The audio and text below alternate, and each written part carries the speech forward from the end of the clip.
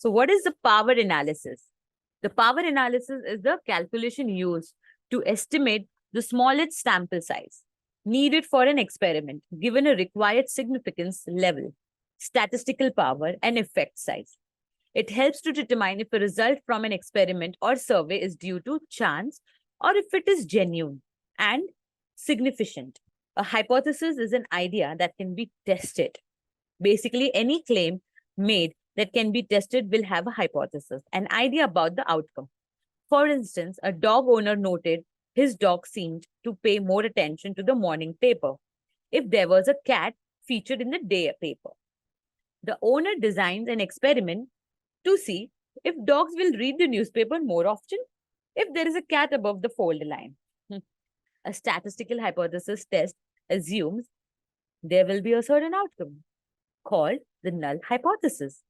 The null hypothesis is that the presence of cat printed on the newspaper will not increase the likelihood that dog will read the paper. The opposite of null hypothesis is called an alternative hypothesis, H1 or HA, wherein null hypothesis is HO. So basically it covers any other effect that cat may have on the dog. The idea of a null hypothesis is that research or an experiment is conducted that tries to disprove the null hypothesis. In order to fully support a hypothesis, then there needs to be a p-value, probability value, that measures the likelihood that the results was due to the variable and not to chance. So the statistical power of hypothesis test is probability, that is p-value, of finding an effect. Higher the statistical power, the less likely the probability of making a false negative error. The higher power indicates the probability of accepting the alternative hypothesis when the null hypothesis is true. Problem arises when the experiment is conducted with a low statistical power, because then a conclusion drawn could be disregarded as being false. Commonly, statistical power of 80% or more is needed in order for the result to be accepted. So, with an 80% power, that means there's only 20% probability of an error. This brings us to power analysis and how statistical power is assessed. Statistical power is made of 4 related parts: effect size, sample size, significance, statistical power. Effect size, the quantified size of a result, presence in the population. Sample size, a number of things measured. How many dogs do we need to observe? Significance, the level of significance used in the experiment, generally 5%. What is statistical power? The probability of accepting the alternative hypothesis. All these variables are interlinked.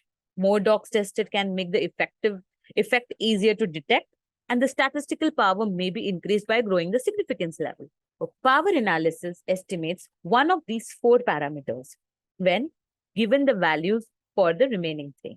Most commonly, it is used to estimate minimum sample size needed for an experiment. Additionally, multiple power analyses are used to provide a curve of one parameter versus another. For instance, if the change in the effect size is due to the change in sample size, this is incredibly useful when designing an experiment to structure it better. This have a better power size, I can say, and hopefully result in more statistical significant result. So it is important because testing, experiments, and surveys are expensive to conduct. An organization does not want to run an experiment and realize afterwards that the sample size was too small. So to determine if the outcome was genuine or not, a power analysis can be done both before and after the data is collected. If done before, it is called priori power analysis. Afterwards, it is called post hoc or retrospective power analysis. While a prior power analysis is generally done before research to ensure adequate power, a post hoc analysis is done to determine the power of the study.